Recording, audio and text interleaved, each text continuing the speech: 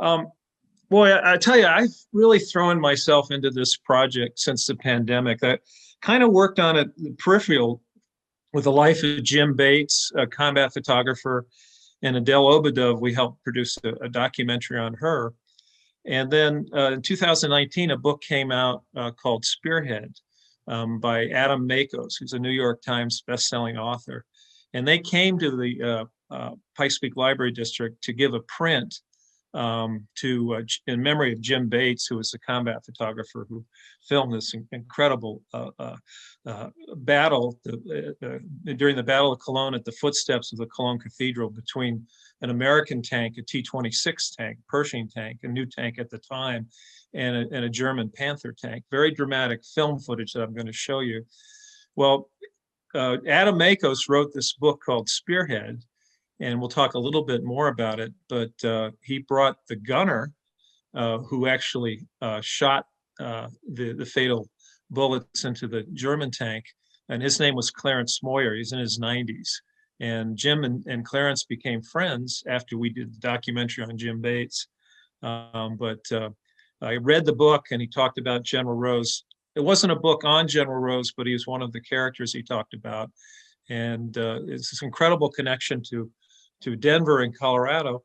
And hardly anybody has heard of him because he was killed in action on March 30th, 1945. But anyway, I've written a book about my career working in libraries called There's No Such Thing as a Typical Librarian. And it's available for sale on Amazon. And also you can see my email up there. If you have any questions you want to email me about, certainly send me an email at anton1492@gmail.com. But the cover of the book you'll see is a picture of the Carnegie Library, downtown library. And the Carnegie Library houses the special collections for the Pikes Peak Library District. And it's a remarkable collection. One thing I tell everybody is that because Colorado Springs is such a beautiful city, it's always attracted some of the best photographers and filmmakers to the region. And we have this incredible collection at the library. Brett LaBello is the head of the collections now. And at better times, I don't know what the restrictions are to go into it now. They may have opened it up a little bit. But this collection is also online. They have a digital archive. And many of the films and photographs I'm going to talk about and show you today are in the digital archives. And many of the films are on YouTube. But like I said, the photographers started shooting photos of Colorado Springs since 1871. And actually, the first film that was made in Colorado Springs was 1897. It was the Edison Company. They kind of came by, they wanted to film the Wild West. So they shot a short film on cattle fording a stream and calves being branded. But what happened with the film collection, where it really exploded, was in 1928 when the Alexander Film Company moved to Colorado Springs. They produced what they called at the time advertising playlets for movie theaters. This is commercials that were shown in movie theaters. They came up with the concept in 1919 in Spokane, Washington. And of course, if you go to a movie theater today, you can't avoid seeing a commercial. But they came up with this concept. You have to understand, this is even before television commercials. So they developed the concept of selling commercials during films, and then eventually they got into television commercials. But they're a very successful company. At the time, they wanted to do this on a national basis, and this was before overnight package delivery and long distance phone calls. So the best way for them to do this was to move their company to the center of the United States. So they moved their company, I think it was in 1926, to Denver, Colorado, to Englewood, Colorado. And then they also wanted to use planes to help deliver their films to the customers. They figured, well, this would be a way to promptly deliver our product to the different theaters across the country. And J. Don Alexander and his brother Don M. Alexander, J. Don had been a pilot. And so they investigated purchasing planes. And there wasn't a biplane that they really liked, and Don M. was an engineer, he was an electrical engineer, so they decided to design their own biplane, the Alexander Eagle Rock, which at the time was the most popular biplane. They sold about 1,500 of them. Not only did they use them, but they were able to sell the planes. And there's one in DIA. If you go to the United terminal, you'll see one of the Alexander Eagle Rocks hanging from the ceiling. But anyway, I have another presentation I give on the Alexander Film Company, and I'll do that again for the Pillar Institute. By the way, I want to thank Vicki Hefner for allowing me to do this and helping with this project today. But I'll talk in a future program about the Alexander Film Company, and I hope in the summer to do a program on the historic films of the Pikes Peak region. But this photo was shot by Jim Bates of General Rose at the foot of the Cologne Cathedral. And Jim Bates worked for the Alexander Film Company. He started right out of high school, out of Colorado Springs High School. I think he graduated in 1936. And they hired him. Alexander Film Company at one point had 600 employees in Colorado Springs. They were the largest theatrical advertising company in the world. So Jim was trained as a cinematographer. So when World War II started, he joined the Army, and because of his background working with film, they put him into the Signal Corps, and they trained 60 of these combat photographers, and he was one of them that was sent to Europe, and he had a remarkable year as a combat photographer. In 1994, I did a documentary on Jim called Scenes of War, which is on YouTube. And he talks about his career, and he talks about his career with the Alexander Film Company. But he jumped at D-1. The 82nd Airborne wanted to have a combat photographer with them when they jumped at D-Day, which actually D-1 the evening before. And they jumped behind the lines, and he almost drowned the first day that he jumped because of the Germans had flooded some of the area so that it prevented an invasion. And several of the 82nd Airborne actually did drown. And Jim said he went into the water. He said he thought he took his last breath. Here he was, the first minutes he was part of the invasion, he thought he was going to die. And then a breeze came up, caught his parachute, and pulled him over to the shore. And he was able to survive. All his equipment was ruined. And so they gave him a gun, and he was with the 82nd Airborne and shot it out until he could get to the Normandy beach and be resupplied. But for most of his time as a combat photographer, he spent following the 3rd Armored Division. And the 3rd Armored Division was headed up by General Maurice Rose from Denver, Colorado. And he was 44 years old when he died on March 30th, 1945.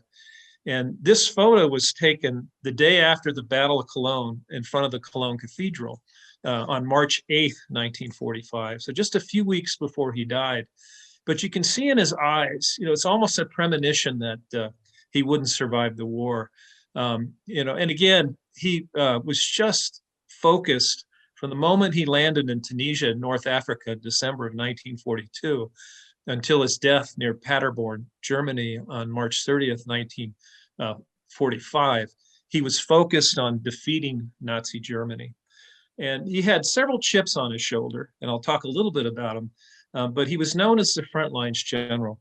In fact, his troops weren't surprised that he was killed in action because he was always fighting from the front. He risked his life. He probably escaped death at least a dozen times before the fateful day of March 30th. But he was the highest ranking Jewish officer in the Army. And he was very private. He didn't share that with anybody. In fact, his commanding officer didn't know that he was Jewish. And when he died, when he was killed in action, they buried him 2 days later in Ittenbach, Germany. They put a Christian cross on his grave. But he was Jewish, very Jewish. Both of his parents were Jewish. They're immigrants from Poland. In fact, he was the son and grandson of rabbis. And his first language was Yiddish. He grew up in his home in Denver speaking Yiddish. But you could just see that the weary face, his weary eyes, because for the last 2.5 years he'd been planning and planning battles and had been in battles in the front lines for 2.5 years before his death. but just a remarkable man. I mean, he knew at the time, and I think one of the reasons why he didn't reveal the fact that he was Jewish is that it just wouldn't help at that point. Obviously, the Jews were being persecuted in Europe at the time, but even in the United States, there were restricted hotels. I think the Broadmoor Hotel was restricted. You couldn't go there if you were Jewish or Black. There are several clubs that were restricted that you couldn't join, and it just didn't benefit him as a soldier. And he was a soldier. He was a professional soldier to reveal his religion. But he knew he was Jewish. He obviously knew he was Jewish, and that was part of his motivation. And he was also very aware of the persecution of the European Jews. At that point, they didn't really know about the genocide, but they certainly knew about the persecution from Kristallnacht, from everything that went on leading up to the Olympics, that things were horrible in Europe if you were Jewish. For many of the families in Europe trying to escape to the United States. So if you were Jewish in the United States, you probably had relatives in Europe, and you either communicated with them or helped them leave Germany to come to the United States, and you knew very well what was going on. And the other chip on his shoulder is he was in an army filled with West Point graduates, people that had, several generations of family that had gone to West Point. And of course, he was an immigrant. There was no tradition of military serving in the United States military in his family. And he actually was a high school dropout. Hard to believe that one of the finest generals in World War II was a high school dropout. He went to Denver East High School. And I didn't know this. One of the books I'm going to talk about by Marshall Fogel from Denver is on General Rose. And in the book, he has his high school transcript at Denver East High School. And he struggled in school for whatever reason. Even though he had a photographic memory, he struggled in school. But he was a D and C student, and his transcripts just go through the 10th grade. He dropped out of high school when he was 16 years old. So there were several things that he kept to himself. I'm sure he didn't tell too many people he was a high school dropout. But what a remarkable story, considering how far he advanced in his career, and certainly how effective he was as a combat general. And this is one of my favorite pictures of General Rose. I'll go into it in a little more detail, but you will not see hardly any photographs of General Rose with a smile on his face. He always had that very stern, focused expression. I think it was part of who he was, his nature, but I think it was because he was focused on his task of defeating Nazi Germany. And all he wanted to do was defeat the Nazis and to return home to his family. Because he had a second marriage to Virginia Beringer, his wife, and he had a 2-year-old son when he left to North Africa. And all his desire was just to finish this war so he could get back home to his family, which unfortunately he never was able to do. But several things you'll see about this. He's a good-looking man, very handsome man, tall, athletic. He had been part of the cavalry, and he loved horses. He played polo, was in great shape. You can see very erect, good posture, but a very stern, focused look on his face. And he had his Camel cigarette in his hand. He was addicted to cigarettes. He was a chain smoker. He did not drink alcohol. And unlike Patton, he didn't swear. He did not swear at all. He didn't yell at his troops, but he demanded everything he could from them. He wouldn't ask them to do anything he wouldn't do himself. And very organized. He had a photographic memory. And you can see with this desk, the in basket is empty. It just tells you that he was someone that was just focused on his task, ending the war. And unfortunately, he didn't make it to the very end. But what he accomplished in those 2.5 years is quite remarkable. But he originally was born in Middleton, Connecticut on November 26, 1899. And this is his best friend, Major General Elwood P. Quesada. And they had several things in common. P. Quesada was the son of immigrants. He was the highest ranking Hispanic officer in the Army, and he was the commander of the 9th Tactical Air Force. This was, in fact, he's considered the father of tactical air support. He and General Rose, when they went to school together at the command school in Leavenworth, Kansas, Command College, they both kind of clicked together because they had similar backgrounds. They weren't West Point graduates, and the school was filled with West Point graduates.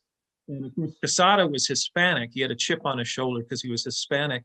But they managed to both be promoted to general because they were so good at what they did. They were just incredible officers. And Pete Quesada, even at the age of 38, he was promoted to brigadier general. They're both handsome men, both tall, athletic, handsome men. But the big difference is General Rose never smiled.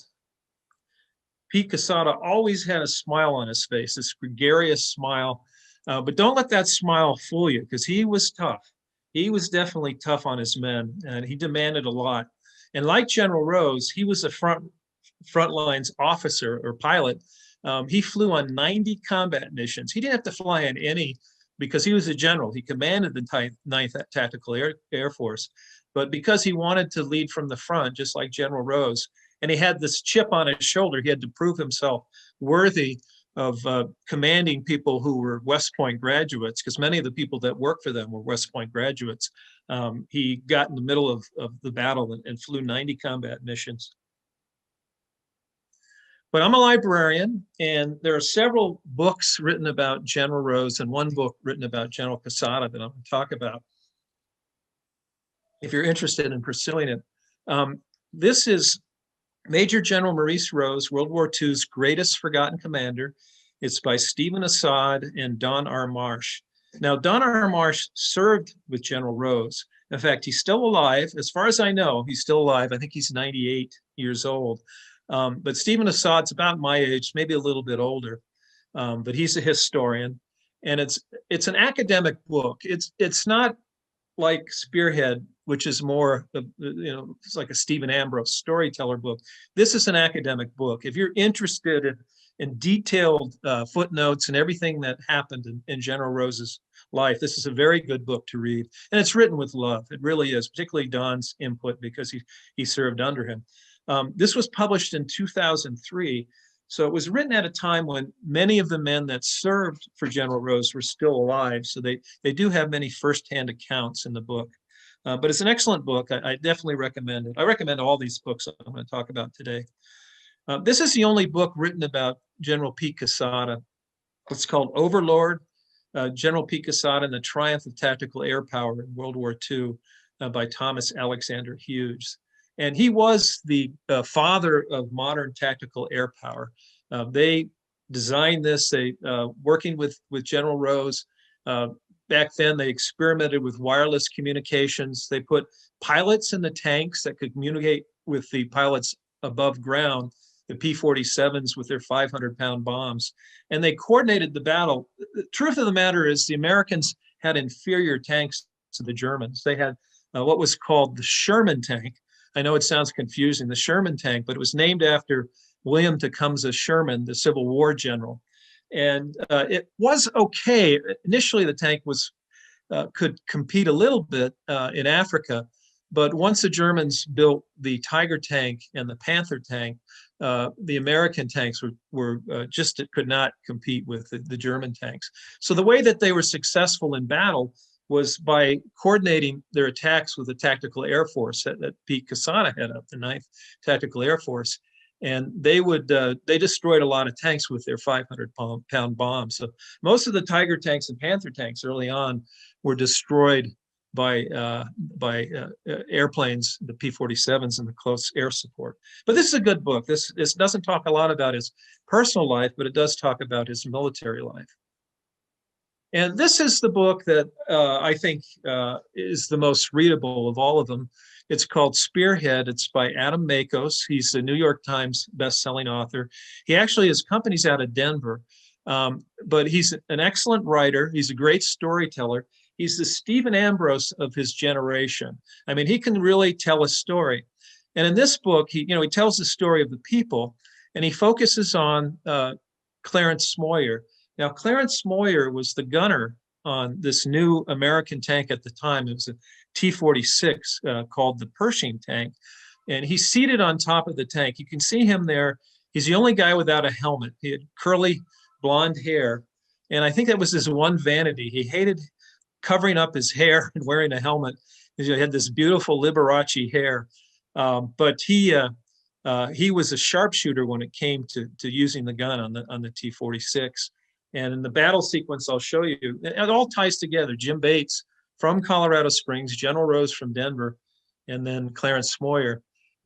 Jim Bates filmed this remarkable tank battle that I'll show you a little later on. But this is the crew of the T-46, and Adam goes into the story, a detailed story on all the crew members leading up to the Battle of Cologne and what happened after that. And I really highly recommend this. This is on Audible, very professional, very well done, and is a great read, or if you want to listen to it, it's a great listen. And he really does tell a good story. Now, this is a book, this is the most recent book that came out. It's a local man from Denver, respected Denver attorney, and it's called Major General Maurice Rose, the most decorated battle tank commander in U.S. military history. And his name is Marshall Fogel. And I don't think there's anybody in the country that is more dedicated to promoting the memory and heroics of General Rose than Marshall Fogel. In fact, he's behind the statue that's going to be put into Veterans Park. They're going to put a statue in Veterans Park across from the Capitol, probably in the next couple of years. In fact, they're raising the money for it through the Rose Community Foundation. If you're interested, you can go online on the Rose Community Foundation and donate for the statue. But they've got approval to put it up there, and I think it's scheduled for 2022. But this is actually a 500-page book. It's a massive book, but it's really worth purchasing because Marshall Fogel is a real collector. He collected every photograph. Like I said, he has General Rose's high school transcripts, everything you could possibly want to know about General Rose is in this book, every photograph, every personal photograph. And he really did spend almost 8 years writing this book, and he's been promoting the life of General Rose ever since. And this is a mock-up, a clay mock-up of the sculpture that's going to go into Veterans Park right across from the Capitol. And I love this sculpture because it's an action shot. You know, General Rose, the front lines general, you know, he was always involved. He was always leading his men. So I think it's a very appropriate statue. It's just not a stationary shot of him. It shows him doing what he loved, and that was serving his troops in the 3rd Armored Division. And this is the 3rd Armored Division arm patch. General Rose took over the 3rd Armored Division in, I think it was August 7th, 1944. The general that had been in charge of the division was a friend of Omar Bradley's, a fellow West Point graduate. His name was General Leroy Watkins, but he wasn't an armored command general. General Rose had experiences working with the Armored Division. And so they were unhappy with him. And this tells you everything you need to know about General Rose, because Omar Bradley had to make the difficult decision of replacing his friend, the commander of the 3rd Armored Division, a fellow West Point graduate, with General Rose, who was a high school dropout. So he demoted General Watkins, Leroy Watkins. And to Leroy Watkins' credit, he still wanted to be involved in the battle, so they put him in charge of the infantry division. And eventually he was promoted back to Major General. And just an interesting story, he went to California to retire from the Army, and he was the mayor of Beverly Hills in 1961 and 1962. But General Rose took over the 3rd Armored Division from General Leroy Watkins, and it was the choice of Omar Bradley. And again, this was on June 7th, 1944. And he reshaped the 3rd Armored Division in his image. And the 3rd Armored Division, he called it Spearhead. They had a little tip of the spear. They had like an arrow tip on their shoulder patch. But he really changed the 3rd Armored Division. He wanted to give them a lot of pride. And it was difficult because they had to work with these horrible tanks, with the Sherman tanks. But he changed everything. He got them focused. And they led in almost every major battle in World War II. And from D- or D+1, he landed in Normandy. And he led the 2nd Armored Division at that time until they promoted him to the 3rd Armored Division. But he was involved in every major battle through France, through Belgium, and then through Germany. In fact, he was the first American general to enter Germany and to take a German city. There's a lot of firsts that he was involved with, but this is the arm patch that they had. And this is Adam Makos and Clarence Smoyer. They came to the Pikes Peak Library District. This was in special collections, and this was in January of 2019. Back when we could all get together. Don't we miss those days? But they gave this print. When I did the documentary on Jim Bates in 1994 called Scenes of War, which you can see on YouTube, is about his combat career, his Clarence Smoyer purchased a copy of that documentary because it featured him in this tank battle. And at that point, after 1994, he reunited with Jim. He talked to Jim, and they became good friends. They talked a lot. And Clarence appreciated what Jim had done to follow the 3rd Armored Division and to capture this tank battle. So when Adam Makos wrote this book, Clarence wanted to donate something in Jim's honor. So they donated this print. If you go to special collections at the Pikes Peak Library District, you'll see this beautiful print of their T-26 tanks, and you can see the Cologne Cathedral in the background. So I got to meet Adam, and I got to meet Clarence. And Clarence, as far as I know, is still alive. He's probably 97, 98 years old, but just a wonderful man. I wish he didn't have his hat on. I don't think there's any of the blonde curly hair left, and that's why he's wearing the hat. And this is a photo from the collection at the Pikes Peak Library District. This is Jim Bates, combat photographer. I think he was 27 when he went over to film the war, but he and I were good friends. Jim, one thing about Jim, he saved everything. He saved his still photos. He saved his motion picture films when he worked for the Alexander Film Company. And he saved his combat films. He made copies of his combat films. And he donated everything to the Pikes Peak Library District. And Jim passed away, I think it was 2002. But just a wonderful man. So lucky to meet him and all the connections and the wonderful resource the library has in their digital archives. I recommend you going online. And these photos, I'll show you one a little later, of Winston Churchill that Jim had shot. And there's another connection to the story of the Battle of Cologne. Jim Bates and General Rose from Denver, Jim Bates, of course, from Colorado, grew up in Colorado Springs. But this young woman on the right is Adele Obadov, and her name at the time was Adele Brunel, and this is her brother Carl. And they actually grew up in Cologne, Germany. They were Jewish. And Adele and her brother witnessed Kristallnacht, the horrors of Kristallnacht. And there's a documentary that was done by the Greenberg Center for Learning and Tolerance. It was produced by Jane and Bob Neff. And they recorded the interview in our library. I think it was 2008 when it was finished. I'm not going to show you any clips of it, but it was it's on YouTube. It's called A Time to Remember, and I highly recommend it. It's just a very dramatic discussion of what happened during Kristallnacht. And after that, well, even before that, they knew they had to get out of Cologne, Germany. And it's just kind of fitting that the man who brought justice for what happened to Adele Obadov and her brother and her teacher, Eric Lebonsky, the man who brought justice to the city of Cologne was the Jewish American General Rose. And he liberated the city and defeated the Nazis. But when Adele went through Kristallnacht, it was just horrible. Her father owned a business. It was a barbershop supply business. And back then you'd have your business downstairs, and you'd have your apartment upstairs.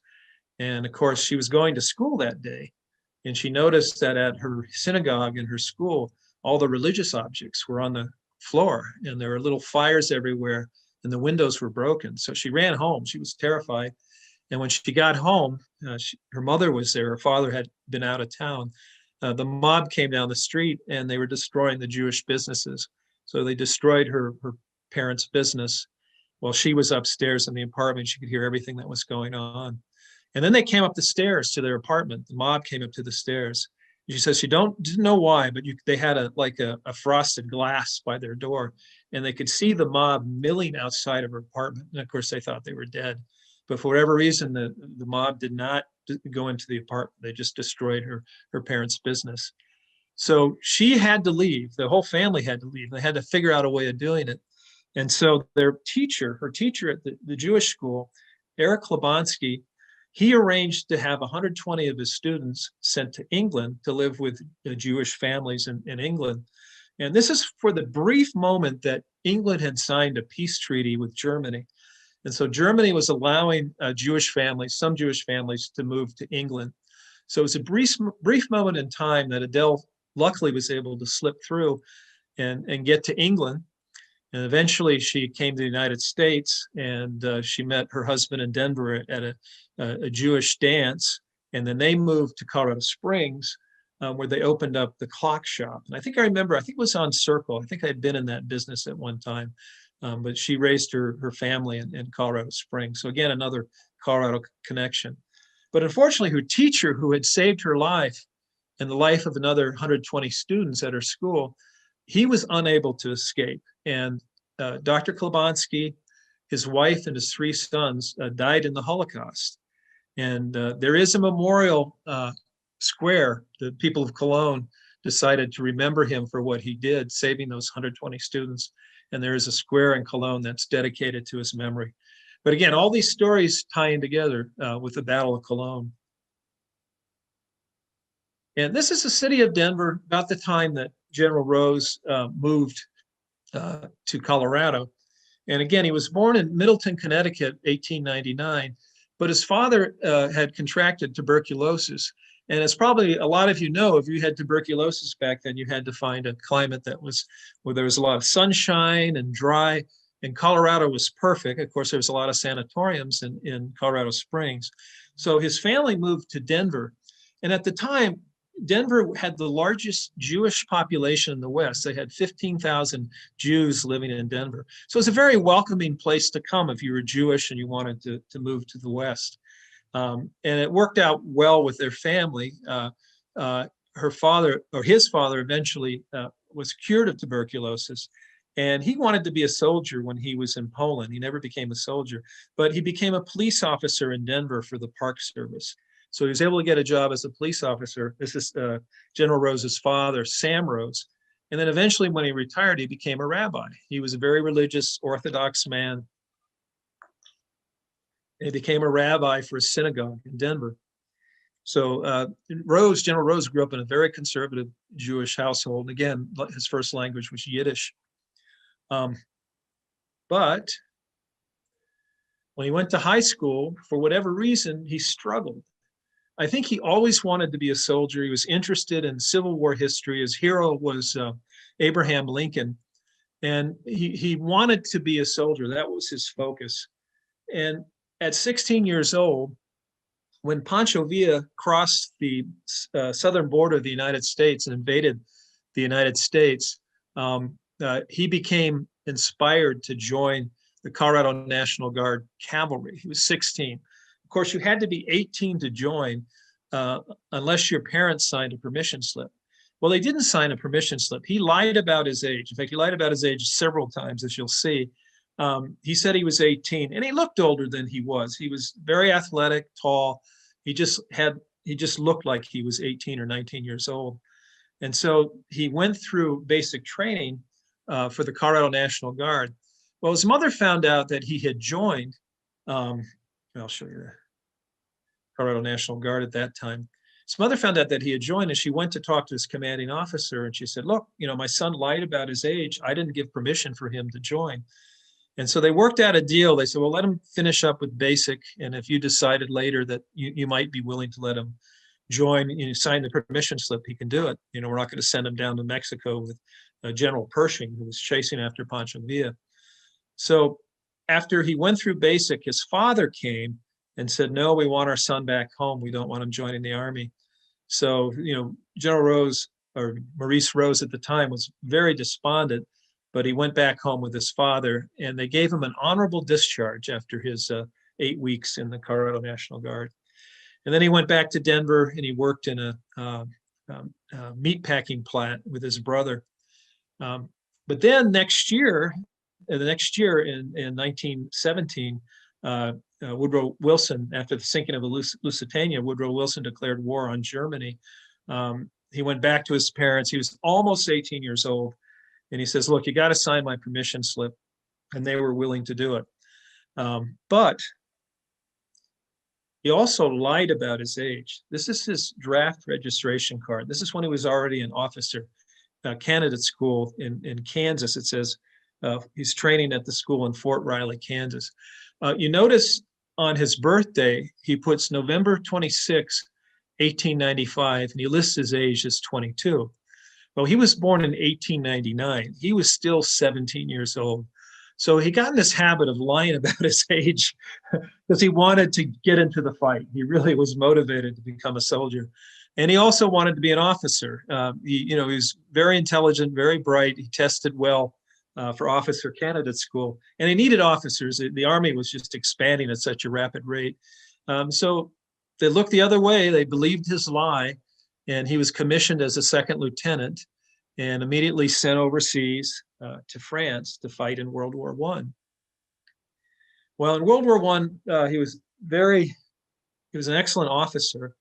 And again, he was at the front lines, he was in the trenches, and he was injured in battle. I think he had a head injury and had a concussion. So they put him in a field hospital where he was recuperating. And they wouldn't release him. And he was so anxious to get out of the hospital that he snuck out. He went back to his troops within a couple of weeks. And they didn't know why he was missing from the hospital. And of course, it was the fog of war. They had assumed that he had died of his wounds and had been sent to the morgue. So they listed him as killed in action. And they actually sent a telegram to his parents informing them that their son had been killed in action. And you can imagine how horrible that was for them to find out that, and they were in mourning for several weeks. And then they found out that he was still alive, that he was back with his troops. So the Army sent a second telegram saying that your son is still alive. He snuck out of the hospital and he's back with the troops on the front line. And so you can imagine their relief after, mourning their son for 2 weeks, thinking that he was dead and then finding out he was alive. Well, after he mustered out of World War I, he was there till the end of the war. I'll back up a little bit. He got out of the Army. He actually was in the reserves, and he became a meat salesman. He sold meat as a traveling salesman, and his territory was Utah. So he boarded with a Mormon family in Salt Lake. They let him stay there, and he met their daughter, and he fell in love with their daughter, and they eventually had a son. And then after a while, he got bored with civilian life. So he re-enlisted as active duty in the Army. And the Army life was hard on his wife, and they ended up getting a divorce. So the next 20 years, he traveled all over the United States as a cavalry officer. And he spent some time in Panama, I think it was 1930. And that's where he met his second wife. His second wife was the daughter of an Army veterinarian that was under his command. And her name was Virginia Behringer. And they married when he was in Panama. He did not tell his wife that he was Jewish. In fact, he didn't share his religion until their wedding night, which is interesting. But they had a wonderful marriage. The second marriage was wonderful. They had a son named Roderick, who went by Reese. And they were very much in love. And he was very devoted to his wife. In fact, when he was in Europe, he didn't cheat on her. Many of the generals, many of the officers had mistresses. Even Eisenhower had a mistress over in Europe, but not General Rose. He was dedicated to his wife. But anyway, in 1937, and of course, this is General Rose, high school graduate from Denver East High School. He went to the U.S. Army Command and General Staff College. And this was the most prestigious college in the Army. This is where they learned advanced combat techniques, and certainly armored warfare was a big deal back then. How to work with tanks, how to be successful. And that's where he met General Quesada. General Quesada was there. He was a pilot and eventually became the commander of the 9th Tactical Air Force. And that's kind of where they worked out the strategy of how armored forces and Air Force, the Air Corps, could work together. And they developed a successful strategy that worked throughout the war after they landed in Tunisia, North Africa. But this is General Rose. Again, you cannot find a picture of him where he's smiling. just very serious and focused. They did say he had a sense of humor, a dry sense of humor. But once he was over, once he went to North Africa, he spent 20 hours a day planning his battles, coordinating his battles from the front. He was absolutely focused on the task. And when he arrived in North Africa, he was a lieutenant colonel. By the time he was in Sicily, he was promoted to brigadier general. So his efforts were definitely rewarded. But you can just see that intense look on his face, that very solemn stare. You wouldn't want to disappoint this man. If you were under him, the last thing you'd want to do is tell him something he didn't want to hear. But his men still loved him, even though they feared him. They certainly respected him. They loved him because they knew that he wouldn't ask them to do anything that he wouldn't do himself. And they constantly would see him at the front line. It was astounding to them that he would be willing to risk his life. And again, this is my favorite picture of General Rose. It tells you everything you need to know about him, that stern frown, that stern focused expression, his erect posture, sitting straight up. He has a Camel cigarette in his hand. He's a chain smoker. His in basket is empty. He never put off anything, very focused on the task. He was addicted to coffee as well. He drank several pots of coffee a day. He did not drink. He did not swear. Being an Orthodox Jew, growing up in a very conservative family, he did not use any profane language, unlike Patton. And he didn't fool around. He was completely devoted to his wife. And all he wanted to do was finish his task of defeating Nazi Germany and coming home to his family. And he talked about that even a few days before he was killed. They had kind of a press conference. A group of people came to his headquarters. And he talked about how he would love to just go back to being a lieutenant colonel in charge of a cavalry division, because he loved horses, he loved polo, and that was his most favorite time in the Army. He certainly was skilled at being an armored commander, but his first love was the cavalry, just like Patton. Patton was the first love was the cavalry as well. And this is General Rose. This is how you would see him in his Jeep. His entourage, when he was leading his men into battle, were two Jeeps. He would drive with two Jeeps. He'd be in the second Jeep, a couple of motorcycles, and I think an M20 command car that had about a half dozen soldiers in it. And that was his entourage. That was his entourage when he was killed in action, except they had all split up except for the two Jeeps, and they were alone when he was shot. I want to talk a little bit more about Pete Quesada, because he's a fascinating guy as well.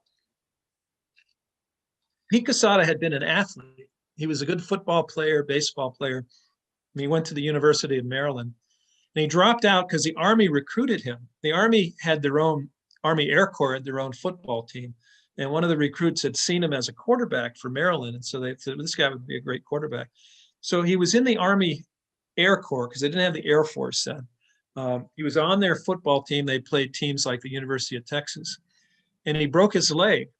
And when he healed from the injury, he couldn't play football anymore. So they said, well, you want to go through flight training? He said, sure. And that's when he fell in love with flying. He was born to be a pilot. So after he went through flight training, he never looked back on his athletic career. He was a pilot through and through. And like I said, he flew 90 combat missions in World War II. But where he became famous is he was part of the question mark flight. This is 2 years after the famous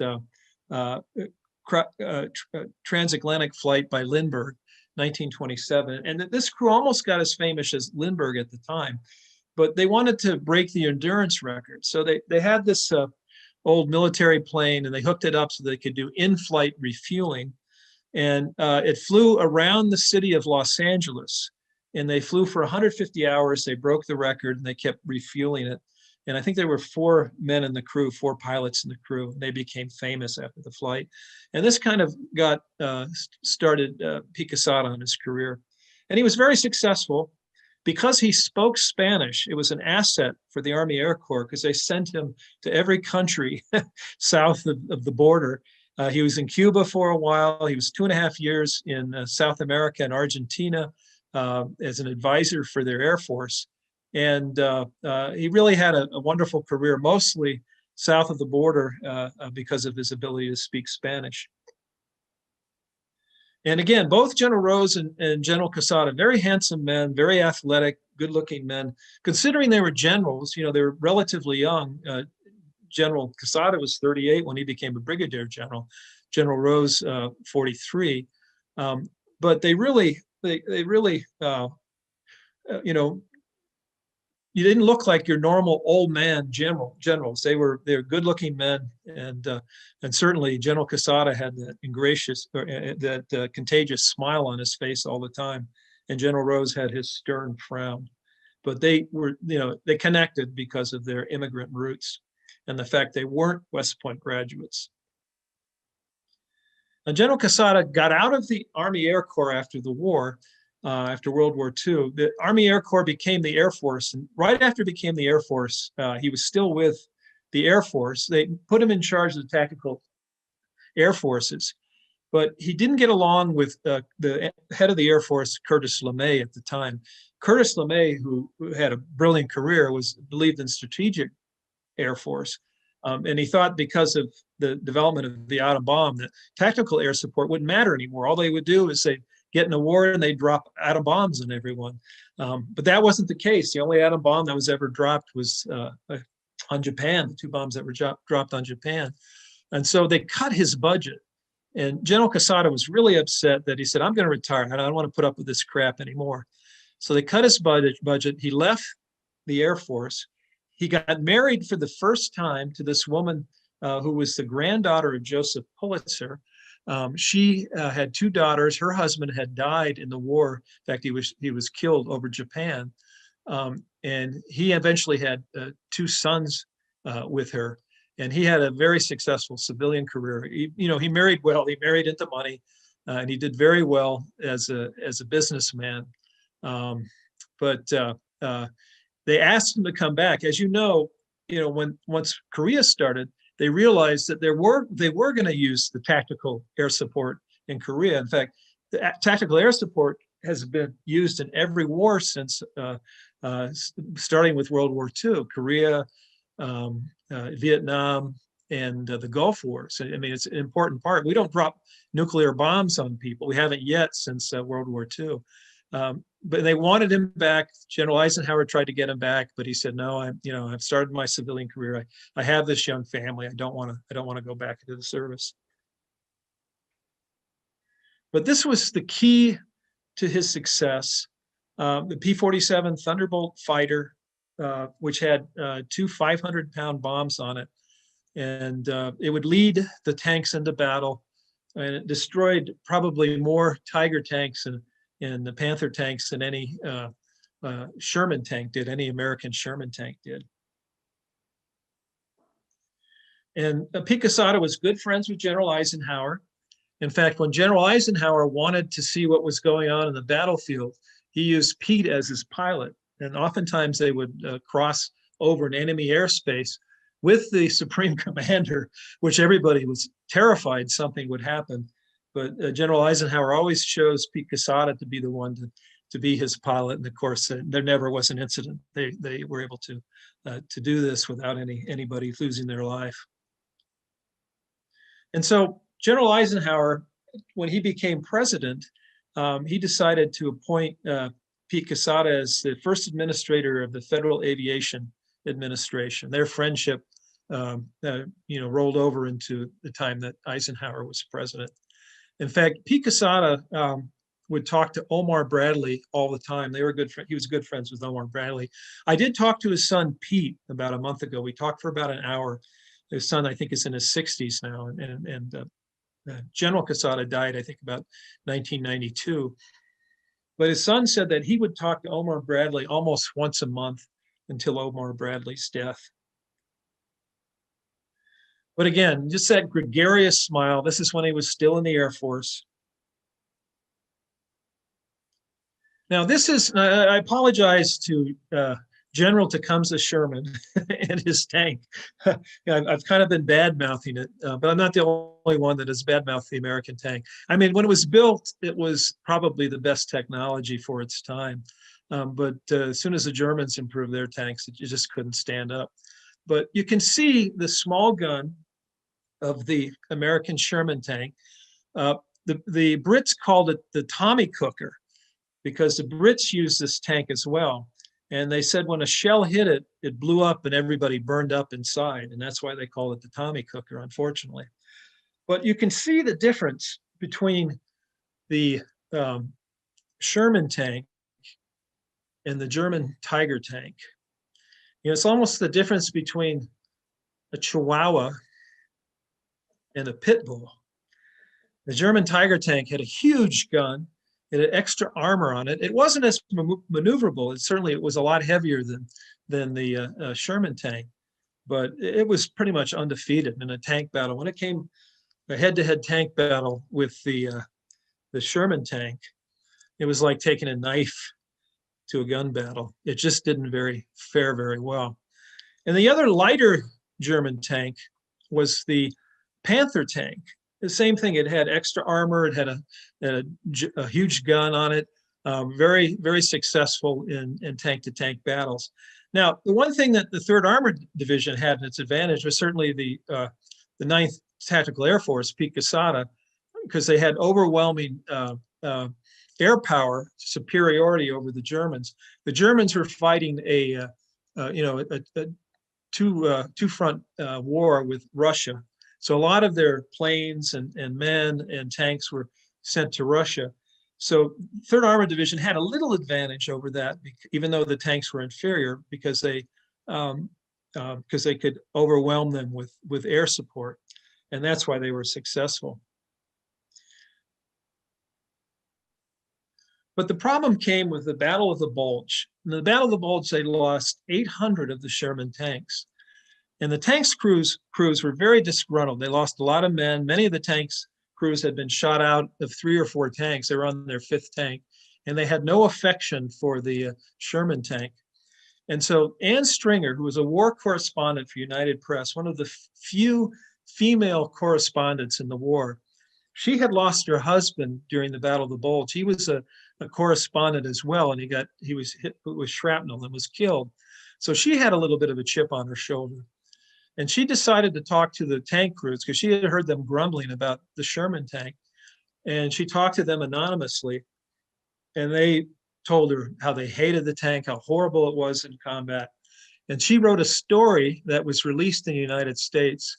And it caused a stir. It caused a stir among the Army.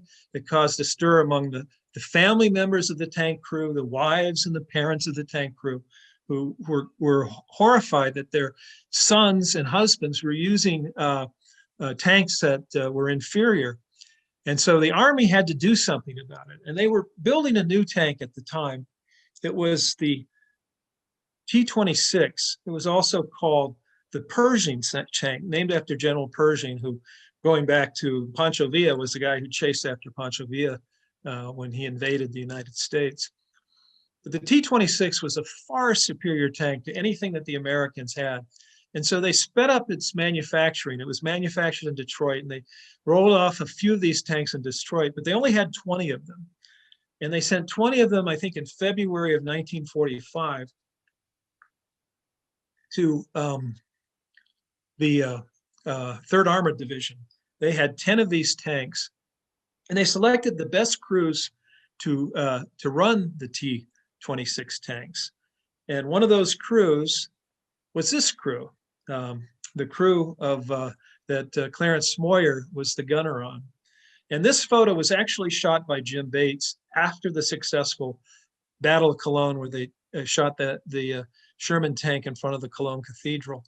And these guys they're from every part of the world. Of course, back then the black troops were separated from the white troops, but this group of men, had very colorful backgrounds from different parts of the United States, and all of them had nicknames. So I just want to read to you their names. I just think it's interesting.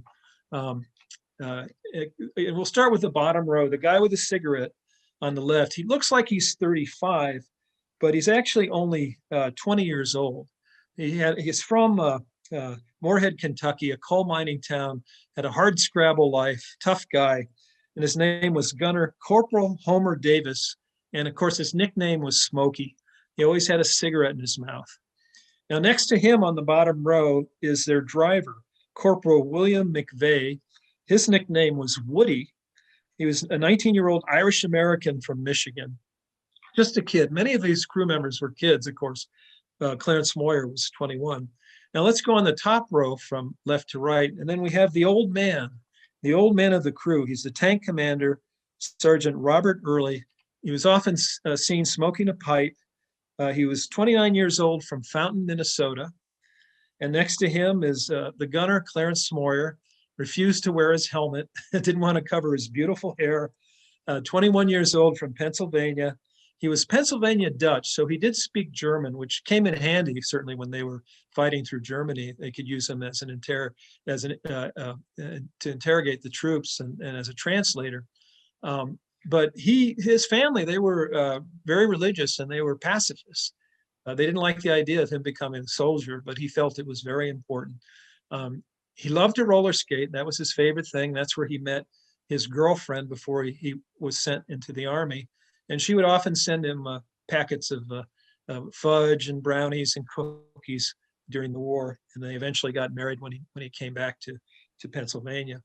And next to him, the guy who looks like Robert Mitchum, handsome young guy, was Corporal John DeRiggi, 20-year-old Italian-American from Scranton, Pennsylvania. His nickname was Johnny Boy, because usually when it was time for dinner, his parents had to look for him. He was in the neighborhood running around with his friends, and they often had to shout out, Johnny Boy, it's time to come home. So anyway, this is right out of for those of you that are old enough to remember the television show Combat, it's right out of Combat, and all such great characters. And in the book by Adam Makos, Spearhead, he goes into detail on their lives. So it's just worth reading the book just to find out more about this tank crew.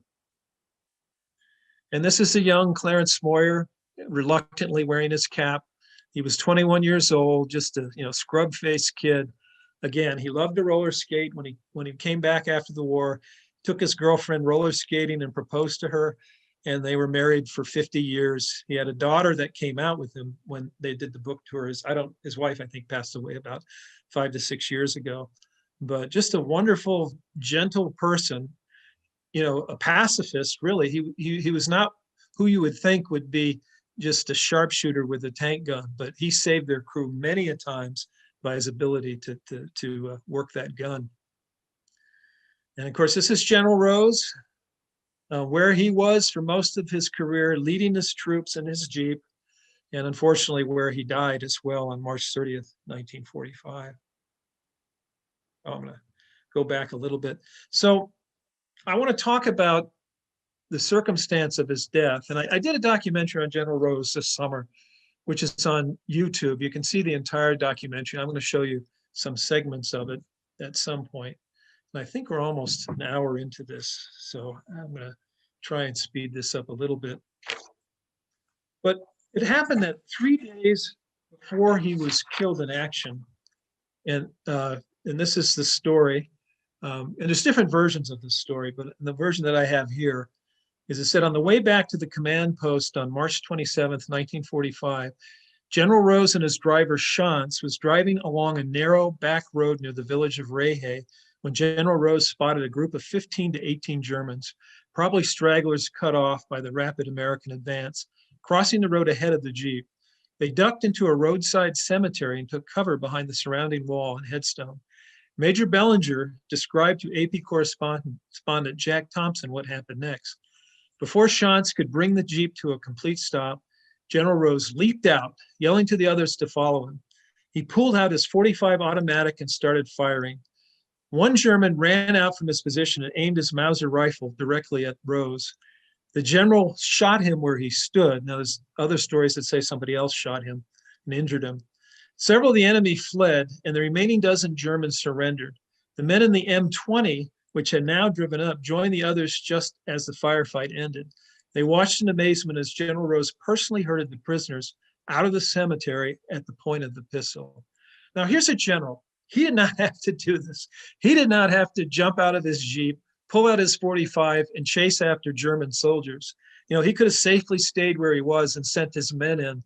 But he felt it so important that they capture these Germans who were behind Allied lines, because he felt in his heart that they could be killing Americans, and he would feel so much guilt and remorse if these same Germans killed some of his troops. So like General Rose, he just said, I need to take care of this now. And this is 3 days before he was killed in action. So it's no surprise how he would always get himself into trouble because of his heroic nature. But anyway, on the day of his death, March 30th, 1945, he had broke a record. They were closing what they called the Ruhr pocket. And of course, this is near the end of the war, and a lot of the Germans were surrendering at that time. In fact, they moved 90 miles across the Ruhr pocket, taking prisoners, and there were still some very loyal Nazis fighting, and they would get into these skirmishes. But in one day, he traveled 90 miles with his command group. And when they got near Paderborn, Germany, they found themselves behind enemy lines. And so they kind of split up, and General Rose in his Jeep went with another Jeep in front of him. And it was dusk. This is almost the end of the day. They had traveled 90 miles, which the 3rd Armored Division had traveled 90 miles, which was a record for a modern armored division. And so he was, they saw in the distance a tank, and they thought it was one of theirs, the T-26. And as they got closer, they realized that it was actually a Tiger tank. So the lead Jeep drove right by the Tiger tank and was able to get through. But General Rose, by the time his Jeep got to the Tiger tank, who saw that it was an American Jeep, turned into the tank and pinned it against a tree. And unfortunately, they had to jump out of their Jeep, and the Tiger commander opened the lid on the hatch on the tank and had a machine pistol and pointed at them and was shouting at them in German to surrender their weapons. So the two, the aide and Bellinger and the driver had shoulder holsters.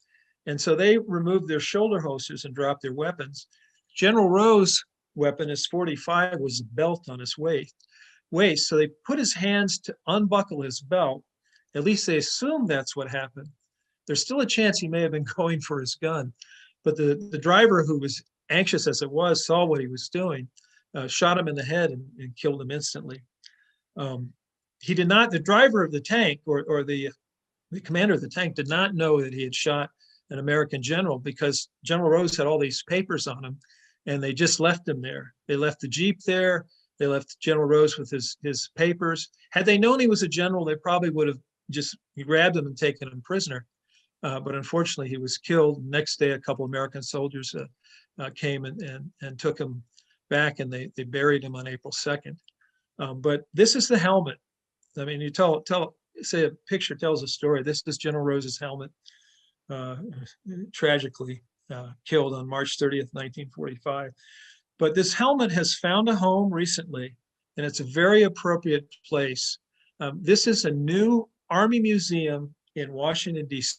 It just opened up, and they have a display, and they have General Rose's helmet there. I would love to go to Washington again someday and check out the museum. So fortunately, he's getting a little more notoriety for what he has done, what he accomplished in his career.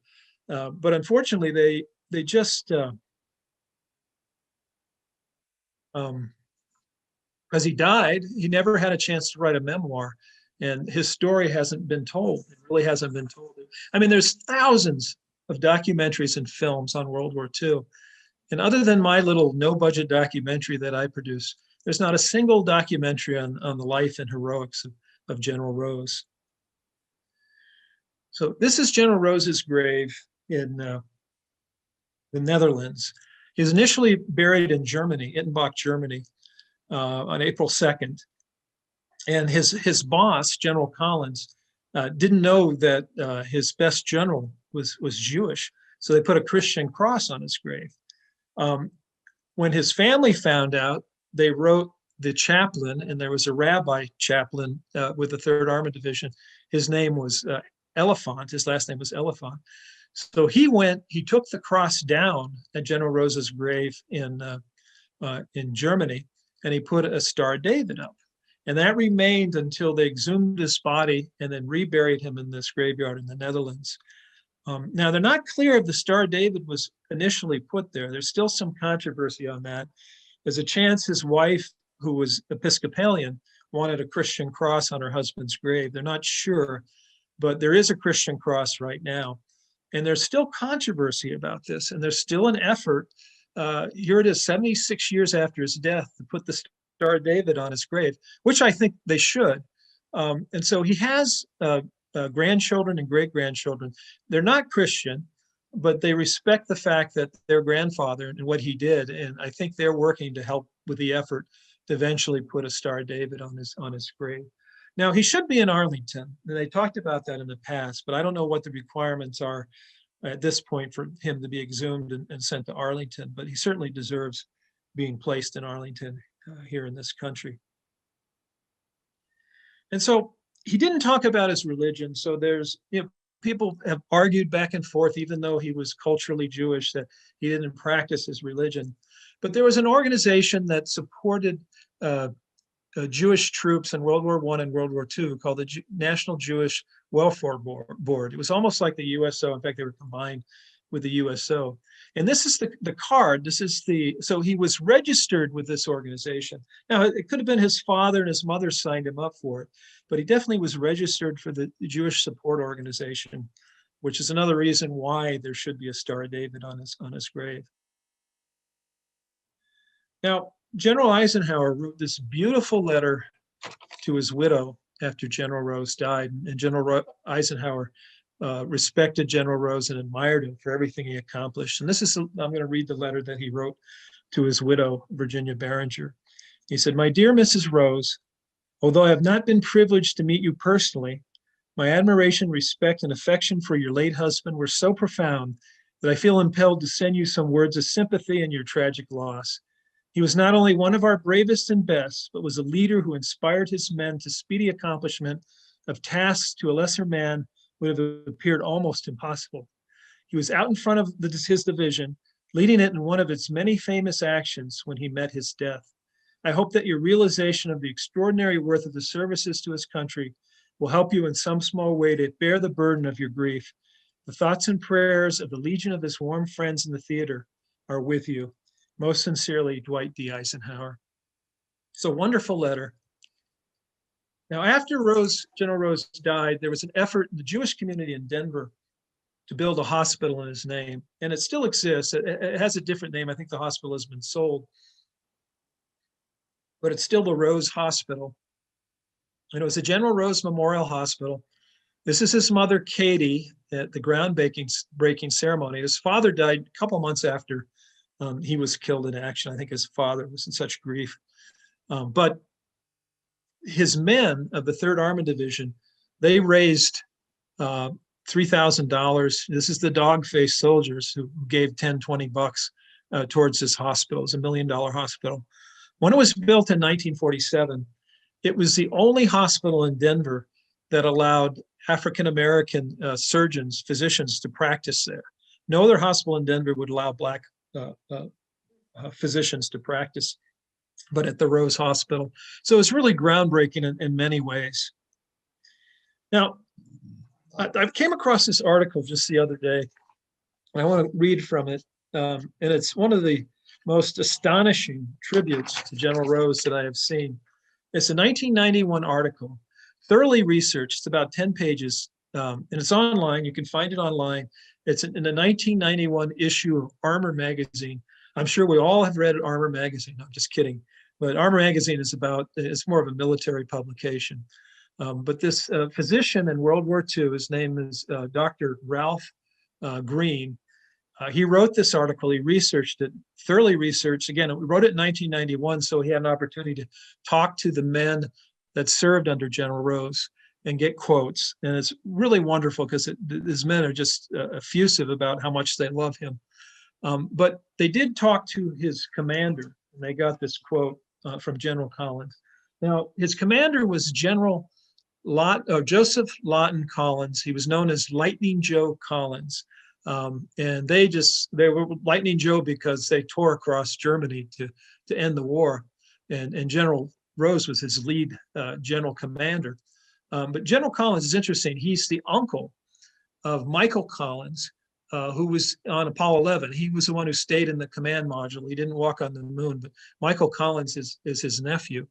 But he said this about General Rose, and I'll read it to you. General Collins said, Maurice Rose was the top armored commander. More than any man in the world, he deserves credit for bringing this war to a conclusion at least 5 or 6 months sooner than it would have been otherwise. He's saying that General Rose, one man, was responsible for ending the war in Germany 5 to 6 months sooner, and that was General Rose. And nobody knows about this man. Not a lot of people know about it. I shouldn't say nobody knows about him. You know about him now. But, one man who is responsible for bringing the war in Europe to a close 5 to 6 months early. And then he says, Secretary of War Henry Stimson and Generals Marshall, Bradley, and Hodges echo these eulogies. So that's a remarkable statement. That's as remarkable statement as you can get. And I really believe he deserves the Medal of Honor.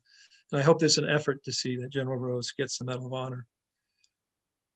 I'll talk a little bit more about Jim Bates, but Jim Bates, who was a combat photographer, after the war, he came back and went to work for the Alexander Film Company. And he actually designed this helicopter mount. It was like a Steadicam shot that was used in many feature films in a famous 1964 commercial, Chevrolet commercial that was shot in Moab, Utah, of a 1964 Chevrolet on top of this pinnacle rock and these beautiful aerial footage. In another program I do in the Alexander Film Company, I show that spot, but not today. But again, I met Jim, I think about 1992, and we became very good friends. And his collection is in the Pikes Peak Library District and in special collections, and you can see it on the digital archives online. But and I just want to mention one thing. My father and 2 of my uncles were in World War II. So this has a personal story for me, especially since reading that General Rose may have ended the war 5 months earlier. Who knows if it had lasted another 5 months, if my Uncle Victor would have been killed or my father would have been killed. So I thank General Rose for his heroics. But this is my uncle, Captain Victor Calvo. He was born in 1924, died in 2010. He was valedictorian of his high school. My grandfather was a farmer. Believe it or not, Mountain View, which is now the headquarters of Google, was farmland when my mother and her siblings were growing up, and my grandfather was a farmer.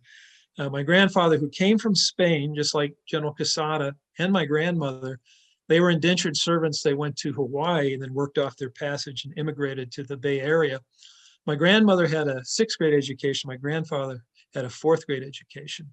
And my Uncle Victor graduated from Mountain View High School. He was valedictorian, very bright man, and he wanted to be a fighter pilot. And he tested very well, and he was going to be a fighter pilot, but they said, no, we need more B-24 crews and B-17 crews. The casualty rate for B-24 and B-17 crews was 50%, either shot down or killed in action. And so he was sent to Italy, like Catch-22. They flew out of Italy. This is towards the end of the war. I think he landed in Italy in November of 1944. But they flew over the Alps and bombed Germany, and they also bombed the Ploesti oil fields in Poland, famous bombing raids. But he flew 35 missions as a co-pilot. My cousin told me they actually flew another 10 missions, secret missions, that they flew alone in one plane just to scout their bombing sites or bombing locations. But he was a remarkable man. He ended up coming back to Mountain View. He had a couple of businesses. He had a lumber company, and he went to Stanford University on the GI Bill and graduated from Stanford. And when you consider his parents had a 6th grade education and a 4th grade education, they believed in their children being educated, and they saw all of them go to college, including my mother, who went to San Jose State Teacher College, where she met my dad. But I just want to mention him because he ended up becoming the mayor of Mountain View, and he was in the California Assemblyman, and then also on the Public Utilities Commission. But he had a remarkable career. Now, he didn't like to talk about his military career. But he did tell me once that they got back from a mission and they counted 247 shrapnel holes in their plane. And they were escorted by the Tuskegee Airmen into battle, which is another interesting connection. But he also said that, he'd be sitting at lunch with a friend, eating lunch, and the next day his friend would be gone, either shot down, killed, or captured. And this is my favorite picture. This was shot by Jim Bates right at the end of the war. This was of Winston Churchill. He was touring the German Reichstag with the Russians at the time. And I love this photo because the war had just ended, and there's not a look of celebration on his face. Millions of Europeans have died, Germans, German civilians, German soldiers, American, British, French, British civilians. It's been a horrible war. It took its toll on a lot of people. A lot of lives were affected by this war. And there's not a look of celebration. It's almost a look of relief that this horrible war is finally over. And I love this photo. And of course, Churchill was a magnificent leader whose story has been told lots of times.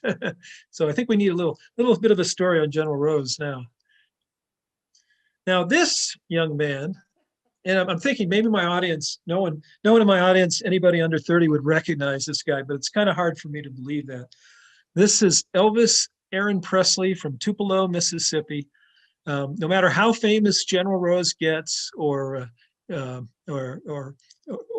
Clarence Smoyer, this man will always be the most famous person connected to the 3rd Armored Division. You can see the famous spearhead patch on his shoulder. Elvis Aaron Presley was in Germany in 1960 and 1961. He was a tank driver. You can see the tank that he's sitting in. And I think the 3rd Armored Division now is in mothballs, but they made quite an impact in the war. And again, many of these stories are in my book. I think we're going to take a little bit of a break, but you can get this book on Amazon. The story of the Alexander Film Company, the story of Jim Bates. Unfortunately, not the story of General Rose. I wrote a chapter later on, and I hope to include it in an audio book that I'm going to do. But let me get out of here, and we're going to take any questions, and then I'll show some clips. Let me stop. Are we there? Everybody hear and see everything? I think we're good. I think we have one question in chat. Sure. Did the other guys in Jeep survive? Yes, the driver, and that's a good question. The driver, Shantz was his name, and his aide, Major Bellinger, they were not shot. As soon as the General Rose was shot, they just took off in the darkness, and they had to sneak back across enemy lines. They were shot at, they were pursued, but nobody left the tank to go after them. So they hid in the field. They slept overnight in a field. They were separated. They didn't go back together, and then they went back to American lines and told them what happened. Then the next day, they sent a Jeep with 2 other soldiers to pick up General Rose, and everything was still there. His body was still there. His secret codes were in his coat, were still there. They didn't touch anything, and his Jeep was still there. Now, one thing that the driver did do, because the Jeep had the 2-star license plate on it, and when they were caught behind enemy lines, the driver was smart, and he says, "Let me take the plates off the Jeep, because if they see that you're a general, we're going to be in trouble." So they took the plates off, threw it into the Jeep, and the tank commander didn't know that he had shot an American general.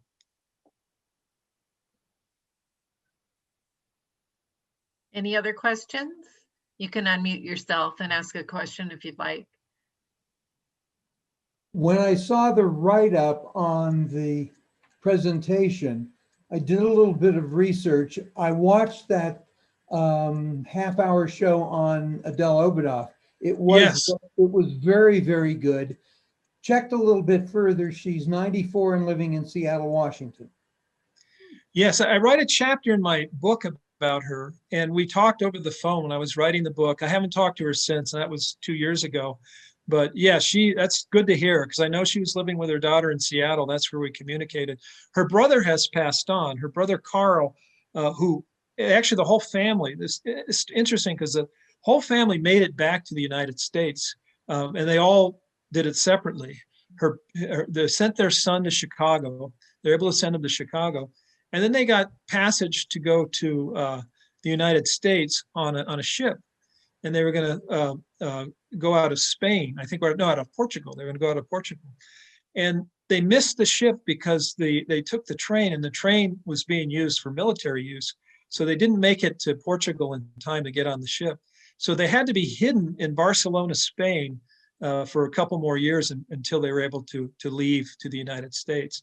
Now, Adele made it to England, and she stayed there during the early part of the war, and she worked in the war industry. I think she was a seamstress.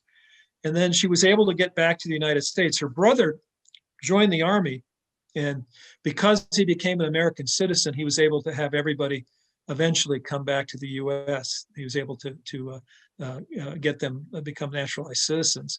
But she ended up taking a troop ship back to Canada that was empty because the ship had left off the troops from Canada. So she was almost alone on the ship, and then eventually reunited with her family. I don't know if they lived in Denver at that time or not, but yeah, remarkable woman. And if you saw the documentary, just an incredible memory, and just horrific what she experienced. But they did survive, and they were able to make it back to the United States.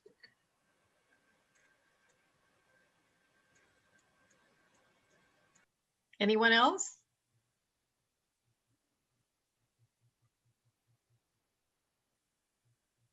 Well, I can show you some videos. So I go ahead? Mm-hmm.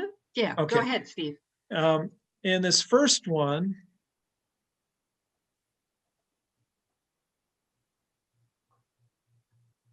is from my documentary, and it shows you his burial, and I talk about his death as well.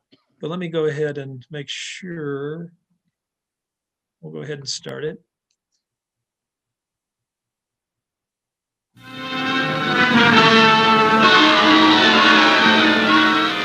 On March 6, 1945, the second day of the 3rd Armored Division's battle for Cologne started from the railroad underpass at the West Railroad Station on Venlorstrasse. Machine guns set up on rubble piles protected the column along the track area to the north. There are moments in a person's life when their training, talent, and heart are tested to the extreme. Jim Bates' finest hour was during the Battle of Cologne.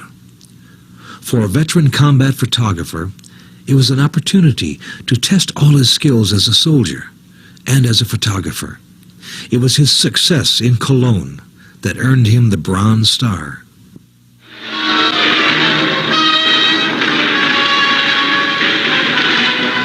The German tank is found, and the T-26 hits its mark. The German tank is hit squarely, and as the gunner tries to escape, the second shell cuts off his leg. The driver and assistant clamber to escape as another shell is fired. Burning alive, the gunner lies over the edge of his coffin on wheels while his companions run for cover. And the concussion from the 90mm gun is so great, camera steadiness is impossible. Cologne was the next, I imagine, the greatest part of my life. By this time, we had a new T-26, and the T-26 had a 90mm with a cuts compensator on the front of it. It was an amazing piece of machinery. It was heavily armored. It was just, it was a far cry. The Germans saw it really never lived to bring back the story, because that was it. They never lived long enough to take the story back as to what this tank was about. It was just so far ahead of the old Shermans that it was unbelievable. So I thought, well, I was just a little bit impatient, and I got out, and I think the German tank, the Tiger tank, saw me, because he started to turn his turret around, and about that time I heard the tank coming up, our T-26 coming up. And the very second that he stopped, I was shooting by that time. And in the film, you can see the armor-piercing shell going through the bottom of the picture on the still shots. The first shot went in and cut the legs off of the tank commander in the Tiger. The second shot, and immediately the driver and the bow gunner, the trap doors flew open, and they climbed out. But a second shot had gotten, the shrapnel had gotten them too. One fella fell over a bicycle that was laying there on the ground, the remains of an old bicycle, and he died right there. But the driver got around to the backside of a building, and he died there. The gunner, the tank commander that had his legs cut off, of course, just laid on top of his tank and burned up right in front of the camera there. It was just unbelievable. That thing was burning even the next morning. After it was all over, there was still smoke coming out of it because it had so much ammunition and whatnot in it. It was just everything that could happen to me, photographically speaking, did happen that day. There was everything from street fighting to house-to-house fighting, everything that could happen, and consequently, it really was the crux of me getting a Bronze Star. That whole period of time that I worked with the 3rd Armored Division.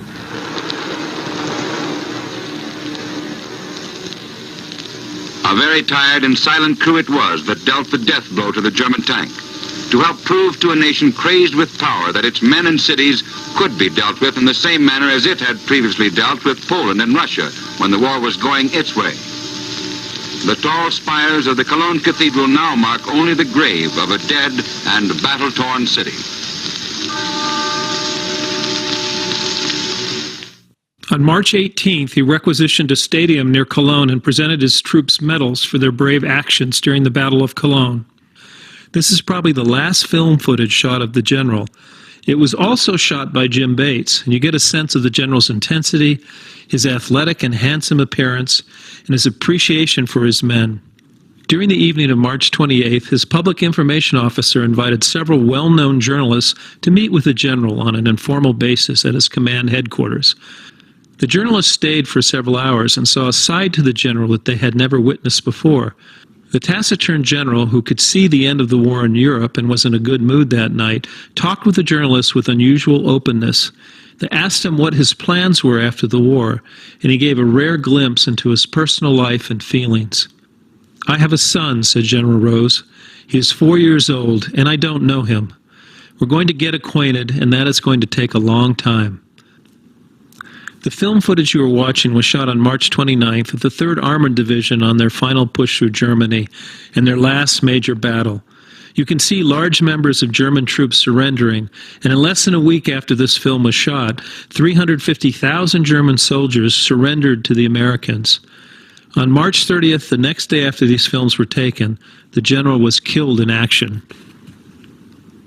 It was dusk, and the frontline general was cut off from his troops, and his driver was trying to get back to the American lines into the city of Paderborn.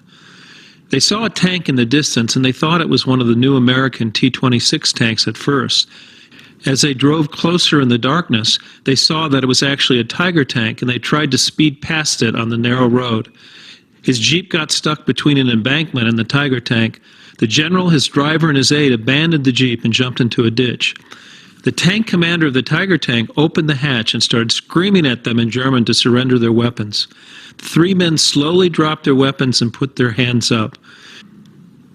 With his 3 prisoners disarmed, the tank commander shot his machine pistol into the general and killed him instantly with a headshot.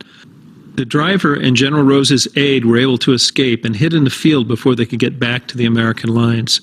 2 American soldiers came back the next day and retrieved the general's body. Since the general's body had not been searched and their important maps and papers were still in the Jeep, they assumed the tank commander did not know he had shot an American general in cold blood. An autopsy revealed General Rose had wounds in his hands and fingers, which indicated his hands had been held up in surrender when he was shot. General Maurice Rose was buried on April 2nd in a grave surrounded by his men who had also been killed in action in the city of Ittenbach, Germany. Since his commanding officer did not know his finest general was Jewish, they put a Christian cross on his grave. When the 90-year-old Rabbi, Sam Rose, was informed of his son's death, it had a profound effect on him, and he and his wife went into mourning. Remembering back to World War I, both Sam and his wife Katie were hoping for another telegram that would tell them that their son was actually alive. But that second telegram never came. Speaking to a Rocky Mountain news reporter, the rabbi talked about the importance of his son's sacrifice to his country and to the Jewish people during the time of Passover. It is well that since this had to happen, it happened in the week of Passover, said Rabbi Rose. As Jehovah said, "When I see the blood, I will pass over you." He spoke not only to the Jews, but to the Gentiles, to Americans, to Germans, to all people. When I see the sacrifice, the blood, I will pass over you. And so may Jehovah accept the sacrifice and see the blood and pass over all peoples for their sins at this Passover time, for my son's sake. Only 3 months later, on July 10th, consumed with grief, Rabbi Sam Rose reunited with his son in death.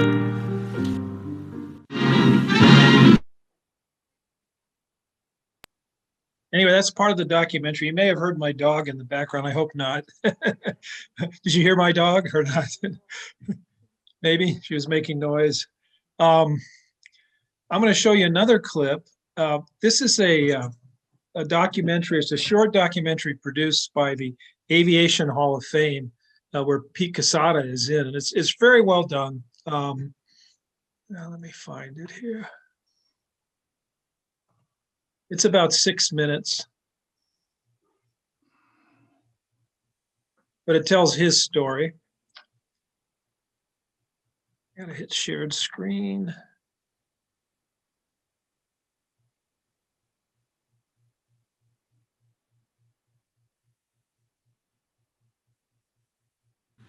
During the D-Day invasion of 1944, vital low-level reconnaissance of the Normandy beaches fell under Major General Pete Quesada's command.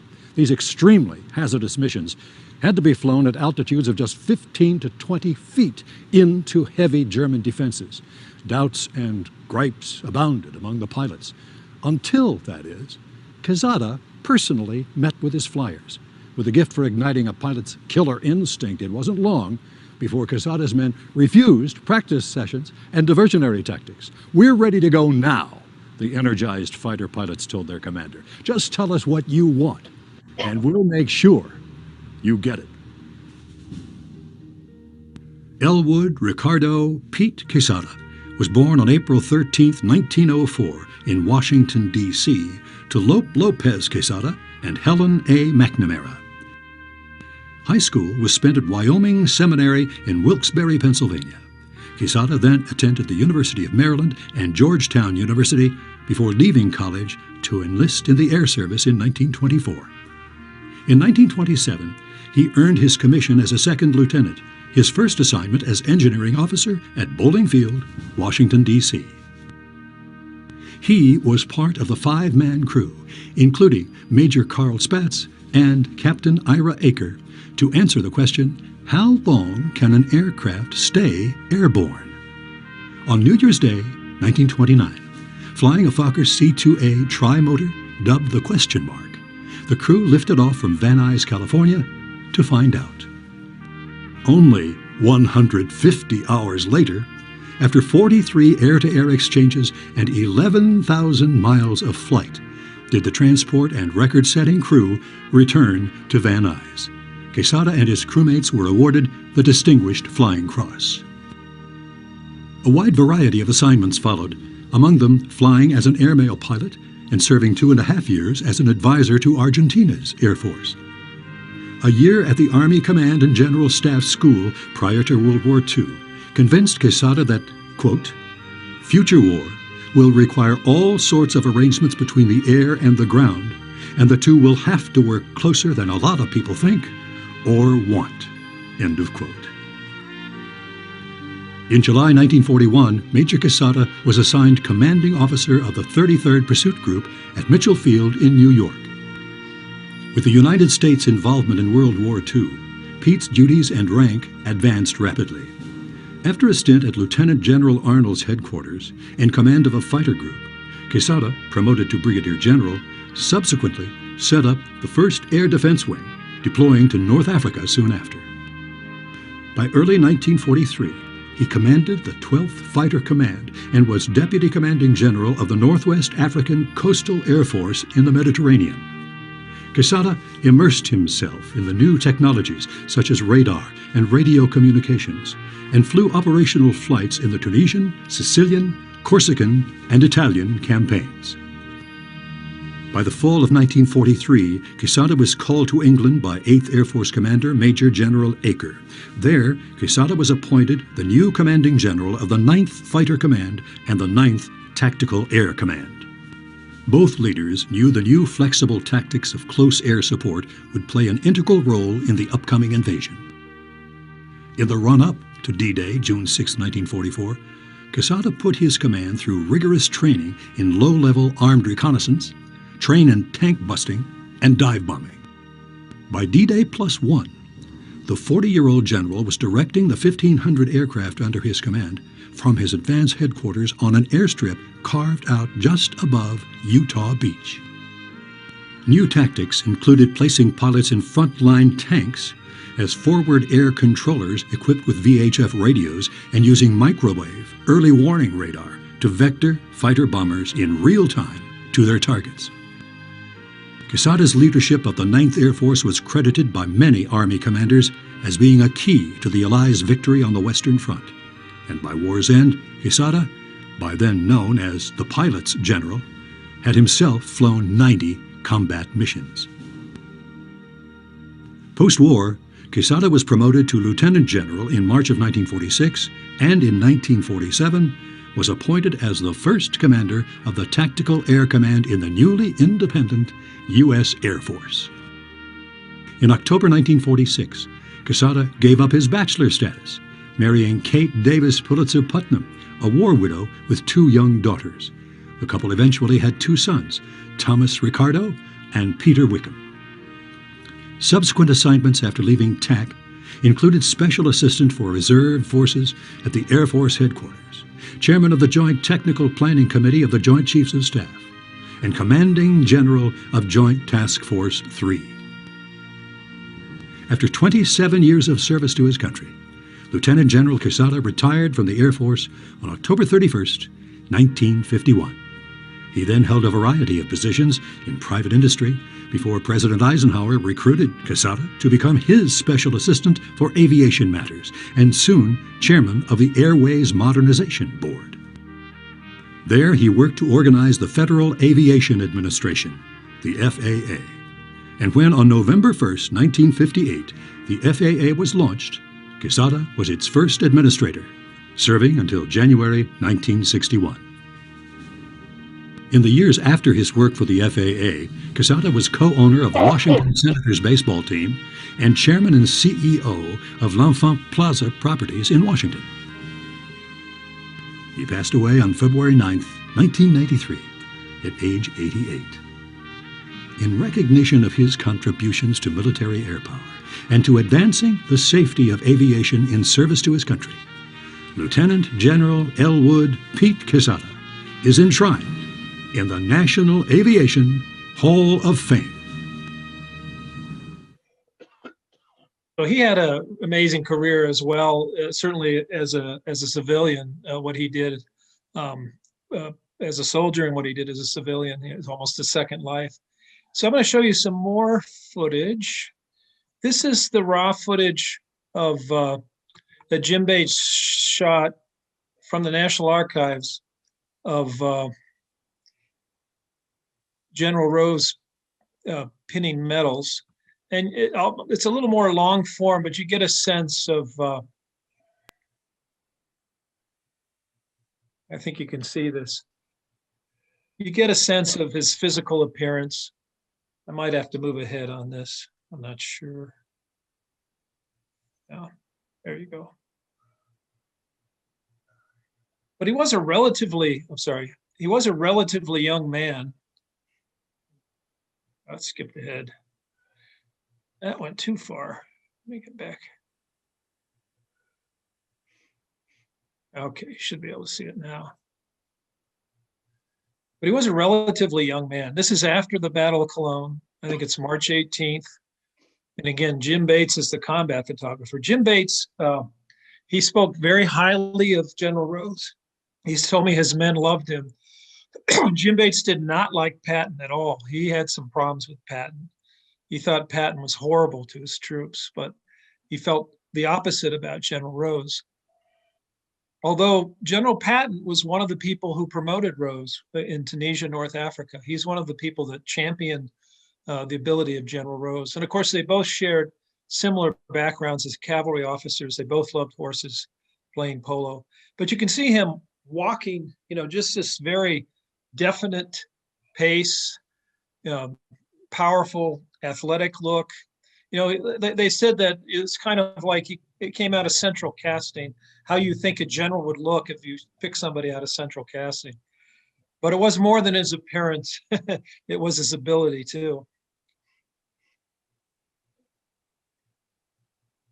I think they're taking him to another site where he's giving medals out.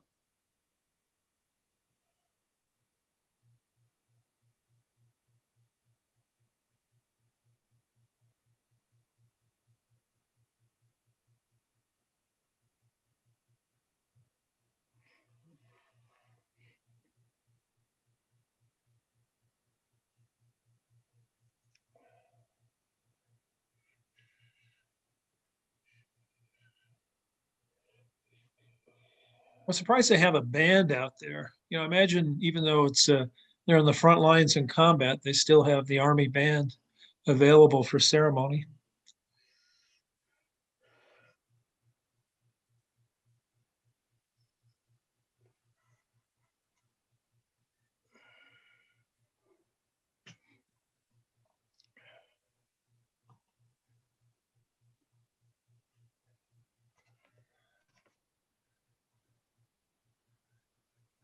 But again, never smiling. There's almost a slight grin on his face when he's giving medals to his men.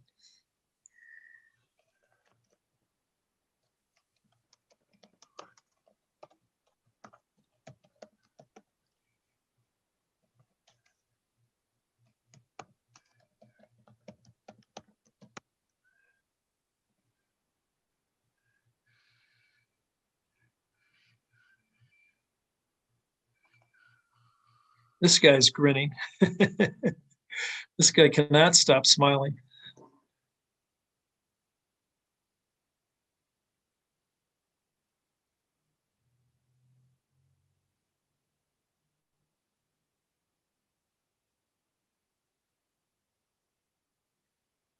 And there's Jim's slate, March 18th. So I'm going to show you another segment of Jim Bates. Close this out. Now, in 1999, I was approached when I worked for the library by Steven Spielberg's company. They were doing a documentary called Shooting War, which was finished in 2000. And they featured about a dozen combat photographers from World War II, and they wanted to include Jim Bates. It was also narrated by Tom Hanks, and it was shown nationally on ABC in the year 2000. So they gave me this clip from the documentary, and they were able to find some interesting footage that Jim shot during the Battle of the Bulge while following the 3rd Armored Division. But let me go ahead and set that up, and you'll hear the familiar voice of Tom Hanks narrating. Let me share screen again. Where is that? Where am I? There I am.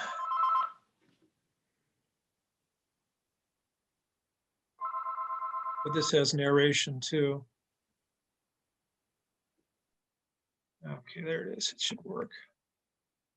Americans manning this line were often isolated in small units. Communications between them were poor.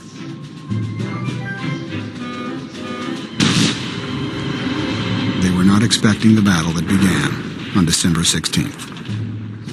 Many of the GIs fought tenaciously, though they were often completely surrounded by the enemy.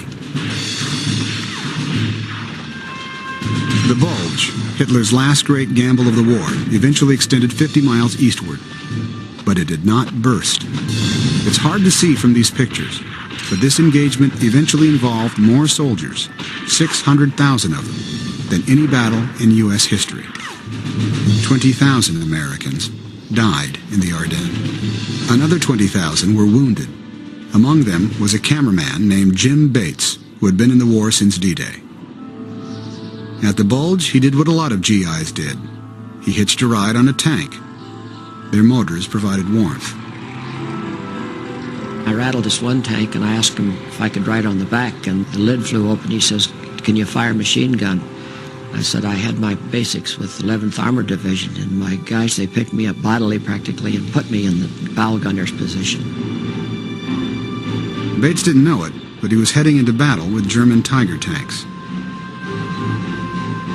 He grabbed these unique shots of a German ambulance aiding one of their wounded tank crews. I could see that the number 1 tank had passed an open area and was firing uphill. And about that time, I could hear this ka-thunk, and the tank commander says, "Get the hell out of here, they're shooting at us broadside." About that time, that second boom came along, and it felt like a train hit me in the back. I didn't know whether I was dead or alive, and I could hear him screaming, "If you're not hit, get up as soon as you can, because if he gets that tank started again, he's going to run over you." And I looked back, and my camera was laying directly under the tank treads. Well, that's what made me move. And they were on the radio, and they said, "You get up here right quick with the medic's jeep." He said, "This photographer's been hit, and there's not enough of them left to hardly photograph the rest of the war." And I said, "Well, I'll ride on the hood. I don't care." I said, "I can lay down and at least be a warm place to be for a bit." Ignoring his wounds, Bates kept on shooting as the tank rumbled toward the rear. Rosie saw me, the fellow I normally work with. He was my buddy and shooting partner, and he said, "The hospital's right next door. Take you over there." I said, "Not yet. Get on your typewriter, and I'm going to dictate to you what, where, why, and when." He says, "You won't quit, will you?" And I said, "No way." Meantime, Nazi Germany was in its death throes, but it desperately fought on. Everything that could happen to me, photographically speaking, did happen that day. The place was Cologne. The date was March 6th, 1945. The street fighting was intense. It was often impossible to tell soldiers from civilians. Sometimes the victims caught in the crossfire were entirely innocent. By this time, we had a new T-26, and the T-26, it was so far ahead of the old Shermans, it was unbelievable. This German tank that was sitting right in front of the Cologne Cathedral had knocked out a number of our tanks and just causing havoc. They had control over that whole area. Bates followed the tank into battle and, scrambling for position, got this great footage of armored combat. I heard our T-26 coming up. The first shot went in and cut the legs off of the tank commander and the Tiger. And in the film, you can see the armor-piercing shell going through the bottom of the picture. And immediately, the driver and the bow gunner, they climbed out. But the second shot, shrapnel had gotten them, too. The concussion from that 90-millimeter gun is so tremendous that it would just blow me off my picture, and I'd have to get back on it again. I couldn't use a tripod, of course. I had to handhold it. The tank commander that had his legs cut off, of course, just laid on top of his tank and burned up right in front of the camera. That thing was burning even the next morning. After it was all over, there was still smoke coming out of it because it had so much ammunition and whatnot in it. 2 months and 1 day later, the war in Europe was over. Okay. I'm going to show one more clip and then we'll call it a class. This is some footage I just found recently, and this was probably shot by Jim Bates. There's a website called Critical Past, and they sell, even though this is public domain, they repackage it and they sell different historical footage, many newsreel footage and other things. And they had footage that was shot of General Rose at the steps of the Cologne Cathedral, motion picture film, the same time that Jim shot the still photo. But it's an interesting photo, or interesting film. So let me go ahead and get that up. I have to share screen again. It's silent.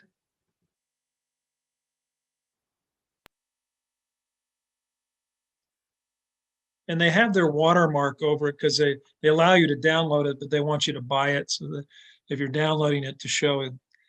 But this is the color footage. I'm sorry, this isn't the Cologne Cathedral. I'll show that. But this is his boss. This is General Collins, General Lawton, Joseph Lawton Collins, Lightning Joe Collins. He's the one that said that General Rose shortened the war by 5 to 6 months. And there's General Rose in color footage. But this is real brief, so I'll show this. That's the end of the footage there. And let me show you the Cologne Cathedral footage.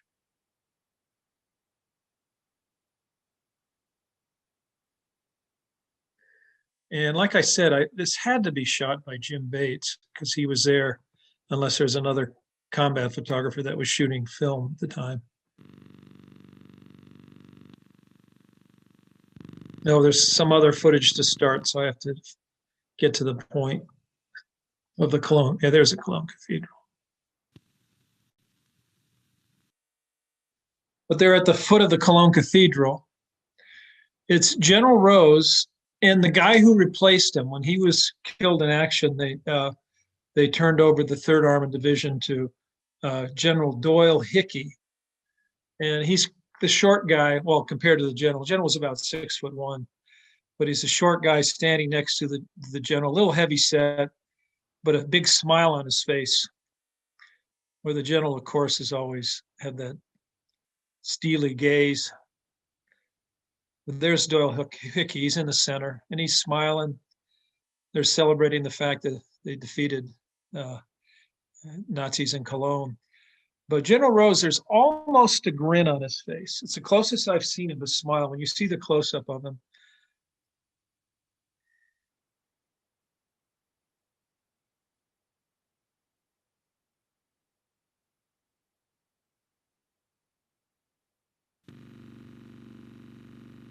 And Jim must have been out of the frame because he was right there when this was happening.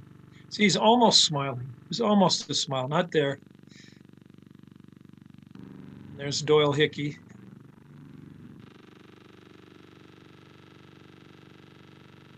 But there's a lot of footage. If someone decided to do a professional documentary, there's a lot of footage, film footage, and in the collection of Marshall Fogel, the still photos of Rose as a child growing up in Denver. There's a lot of material there to do a great story on him.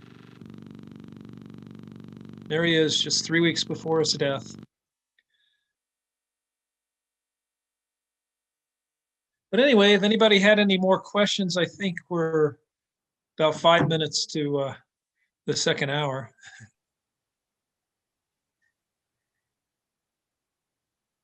Anybody have any questions? Go ahead and unmute yourself if you do. Just one quick comment. When I mentioned to Mike I was going to take this class, Mike said, "Oh, I've landed at the Maurice Rose Airfield in Frankfurt, Germany." Oh, nice. Yeah, there are a few things named after him. Yeah. Yeah, military airfield. It's closed now, so. Well, and correct me if I'm wrong, but I think the 3rd Armored Division went into mothballs after the Gulf War, 1996 or 1997. I can't remember, but I don't think the 3rd Armored Division is still operating. But yeah, there was a troop ship named after him. Of course, the Rose Hospital. There's another building in this birthplace of Connecticut, this town of Connecticut. Where was it? Middleton, Connecticut. But there's another book coming out in May. It's written by a general who was in the Gulf War, Brigadier General, and the book is being published in May, and it's going to be coming out with an audiobook. And I forget the man's name. If you want to email me, I can send you the link. But he wrote a book on General Rose, and I suspect it's going to be very good, based on his military background. And there's a lot of interest now, certainly in the Denver Jewish community. There's with the sculpture being built, they want to try and get some funding for it, and hopefully the word is spreading. I'm doing these programs. I gave one to the Public Historical Society. I'm certainly open to give more programs on General Rose, and hopefully we're getting the word out.